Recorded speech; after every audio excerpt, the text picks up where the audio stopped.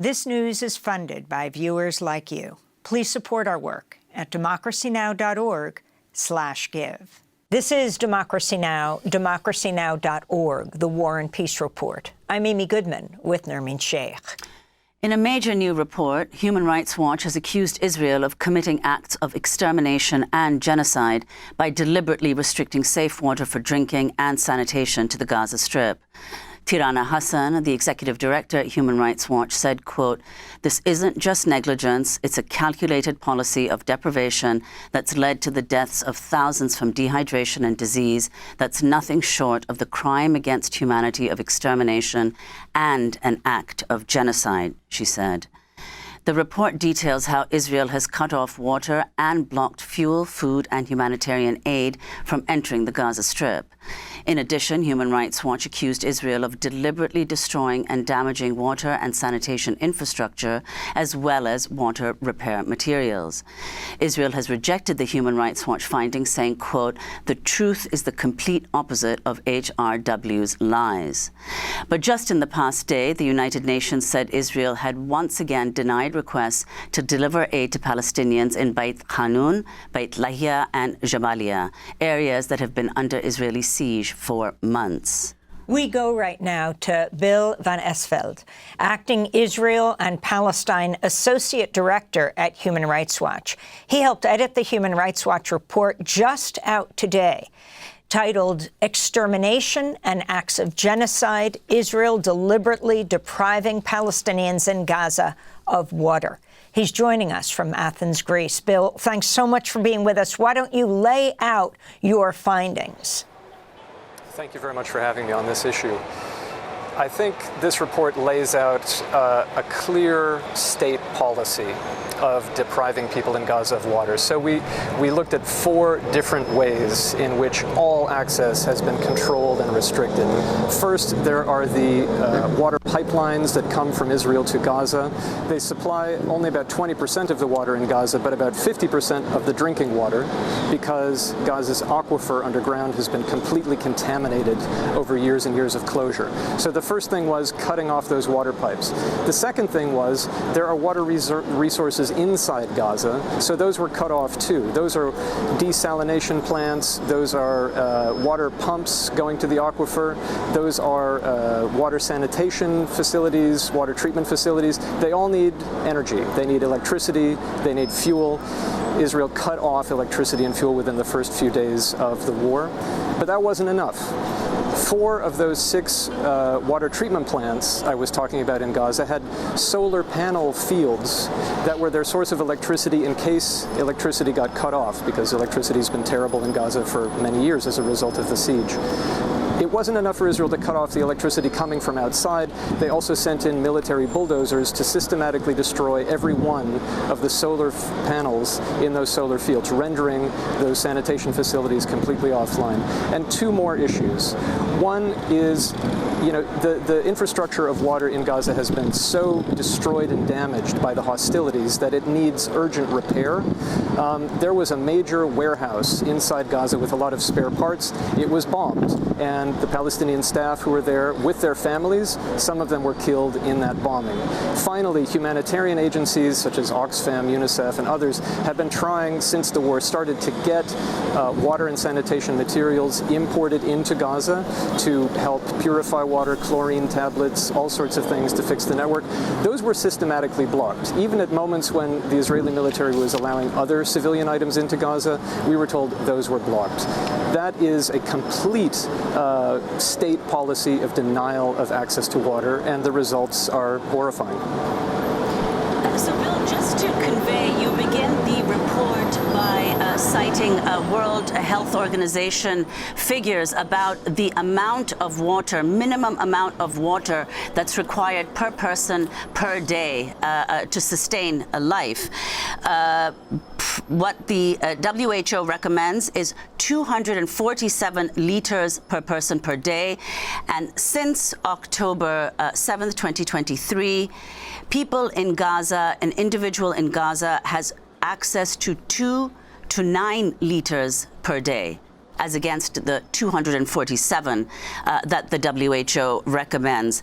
So if you could say, Bill, on the basis of the people that you spoke to, that Human Rights Watch spoke to, what has the impact of this been on people in Gaza? What did medical personnel that you spoke to say? And also in terms of excess deaths, we hear, of course, of this horrific figure of 45,000 people who've been killed by direct attacks by the Israeli military. But how many more deaths are likely the result of water deprivation? Yeah, that's right. So in Israel, the average consumption per day is 247 liters per person per day of water. The minimum, absolute minimum required for life, even in an emergency situation, is 15 liters a day. And people in Gaza have been getting 2 to 9 liters a day on average. Now that's an average that, I should say in northern Gaza, for example, for 5 months, people got 0 liters of drinkable water per day. The effects are as horrifying as you might expect. We spoke to 115 or more people, people in Gaza, healthcare providers, and the lack of water kills you in a million different ways. There are babies who have died directly from dehydration, but there's also people who are dying from disease and contracting terrible illness. I mean, you cannot bathe if you have no water, and 250,000 people, at least in Gaza, now have skin disease as a result. I mean, 1 5-minute shower is more water than people in Gaza get in an entire week. We spoke to surgeons who said that wounds are not healing because the bodies of the patients are so dehydrated. Kids were coming in dying in the hospital because they were drinking from contaminated water sources. Now, if you add to this the decimation of the healthcare sector in Gaza, that means that people are coming in with waterborne diseases that can no longer be treated. So children dying at large numbers of hepatitis A, which normally would have a death rate, but very, very small, that has ballooned horrifyingly in Gaza. If you add all of these things up, there is a huge hidden death toll. We know that 45,000 names have been collected by the Gaza Ministry of Health, but those are almost all people who were killed directly by explosive weapons or shot directly during the course of the hostilities. That doesn't include the hidden death toll of people dying from dehydration, starvation, disease, and illness.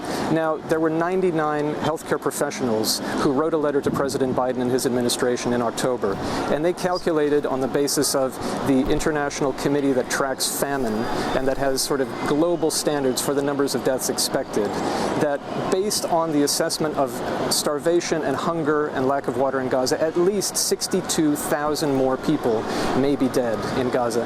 That is, we say thousands in the report. It could easily be tens of thousands or more. We are talking about a mass death situation that is the result of deliberate policy. I want to go, Bill, to one of the many comments by Israeli officials quoted in your report to determine Israel's genocidal intent in Gaza. This is the former defense minister, Yoav Gallant, speaking just days after the October 7th, 2023 attacks. I have ordered a complete siege on the Gaza Strip. There will be no electricity, no food, no fuel. Everything is closed. We are fighting human animals, and we will act accordingly. Talk, Bill van Esveld, about the significance of what he said here. Again, Yoav Gallant, at the time the defense minister of Israel, and actually recently, the ICC has issued arrest warrants for him and Netanyahu, and even with those arrest warrants issued, the International Criminal Court, he just recently went to Washington, D.C. to meet with officials. Yes, the same Yoav Gallant, an indicted war criminal by the International Criminal Court, was just meeting with the U.S. Defense Secretary and, President Biden's senior Middle East advisor. It's really, really shocking. This is the same man who once said when the United States was going to sanction an Israeli military unit, we don't listen to the United States. No one will teach us about morality. Really disappointing move by the Biden administration there and others who met with him. What that statement of his and statements by other senior Israeli leaders in positions of control and command in the Israeli army army and over this issue of denial of access to water. Their statements are evidence of an intent, and they were also carried out by the military and, by the authorities. So it's not just they said something and it sounds bad. No, what they said was actually what they did. That's extremely serious, and that is part of what led us to the conclusion of extermination. That is a crime against humanity, of deliberately causing mass death, and one of the ways that is, that can be committed is by depriving people of what they need to stay alive, such as water. That same crime, which we define and conclude is the crime of extermination, is the same act as one of the acts of genocide listed in the Genocide Convention and indeed in the International Criminal Court statute on its article on genocide, deliberately inflicting conditions of life on people calculated to bring about the destruction of that group. Now, what Gallant said there could be evidence of genocidal intent. Genocide is an extraordinarily difficult crime to prove because the intent must be, according to international law, that you are not just killing people in large numbers, which is extermination, but that you are killing them specifically because you want to destroy the group they are part of. And if you look at the evidence of Israeli military and government actions on water and statements like that one on water, we think you may have evidence already of genocidal intent. So can I ask you, Bill van Esveld, is this the first time that Human Rights Watch is accusing Israel of genocide in Gaza? This is the first time that we've made a finding of genocidal acts in Gaza. It is not an accusation that we level lightly. We have not done this very often in our history. We accused the Myanmar military of genocidal acts against the Rohingya in 2017, and we found full-blown genocide against the Kurds in Saddam Hussein's Anfal campaign in Iraq in the 90s, and we found genocide against also in Rwanda in the 80s. It is an extremely difficult crime to prove. It is mass killing deliberately to destroy people because they're part of that group. Not something we level lightly, but yes, we found it here. Bill van Esveld, we thank you so much for being with us, Acting Israel and Palestine Associate Director at Human Rights Watch. He helped edit the Human Rights Watch report just out today, titled Extermination and Acts of Genocide, Israel Deliberately Depriving Palestinians in Gaza of Water. We'll link to that report at democracynow.org. Bill van Esveld joining us from Athens, Greece.